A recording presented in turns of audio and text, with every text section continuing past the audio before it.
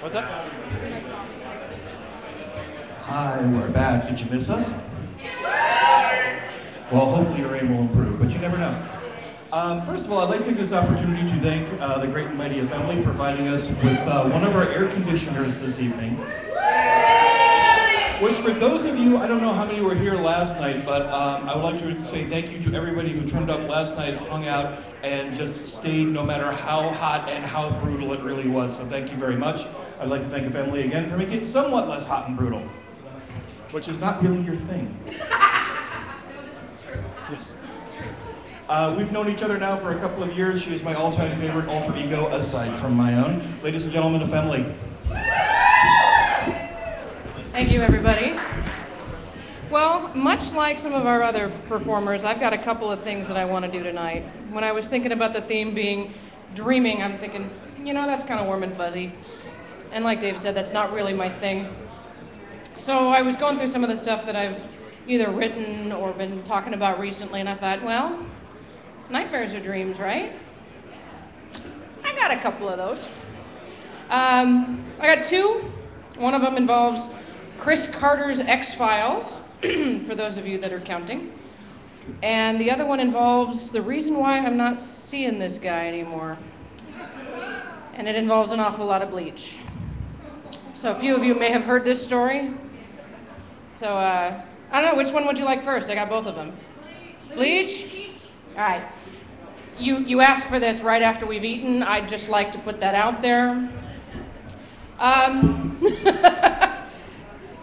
If I said the word skids, I think a few of you might remember this from when I've told it before. And so we'll just start on him.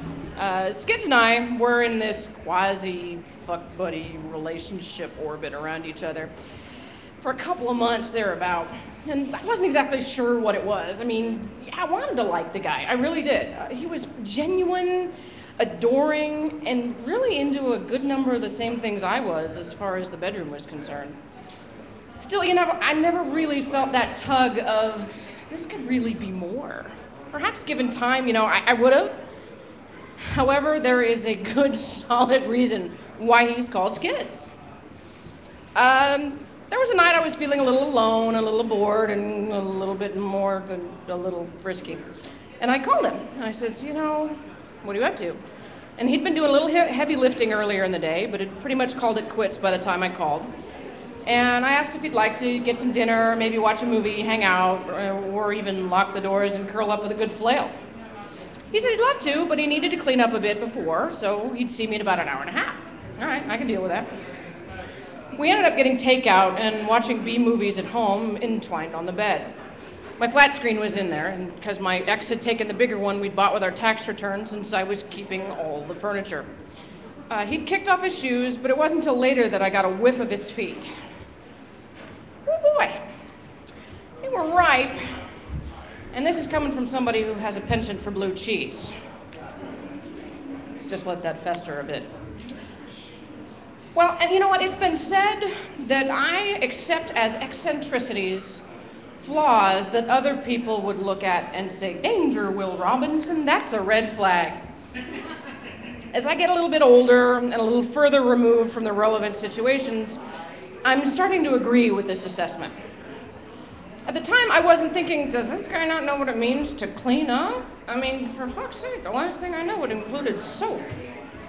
It was more, well, he was doing some work earlier, and maybe his feet sweat and stunk up his shoes. The odor is probably from putting his feet back into the stinky shoes.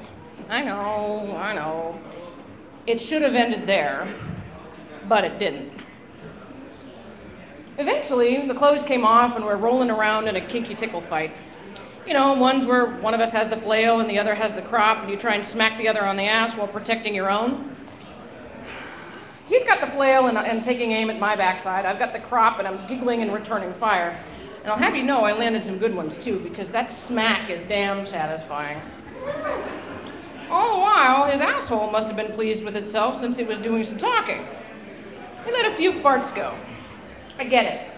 We're not 20-somethings anymore, and the body gets weird with age.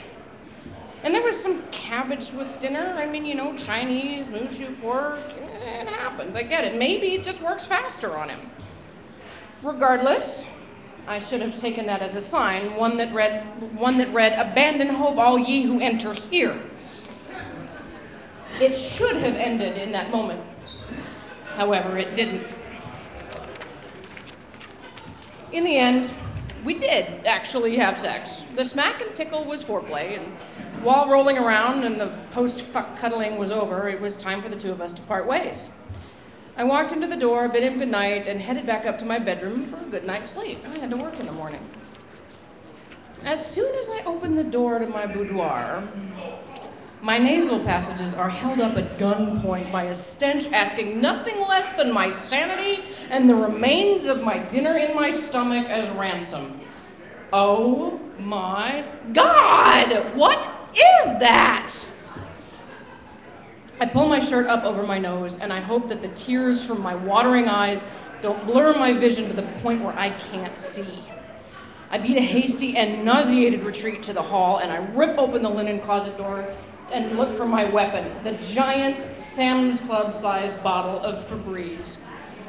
I held that sucker out in front of me like a minigun, firing into the air like a B-52 trying to flush out Charlie with napalm. When the mist cleared and I could remove my shirt from my face, I surveyed the damage. In the time I was downstairs, none of the dogs had time to sneak in, deposit a present, and leave without my seeing them. Where was this smell coming from? So I turned on the overhead light, smoothed the comforter, and kept spraying. That's when I see it. There was a streak on the comforter. It's faint, and I can't really tell what it is, but I know what it isn't. Aunt Flo packed up her duffel and vacated a few days prior. The waters run clear in this underbrush. It shouldn't be dirt, because the dogs haven't been up here since I changed the duvet. Curiosity got the better of me, and I took a sniff. That was exceedingly dumb.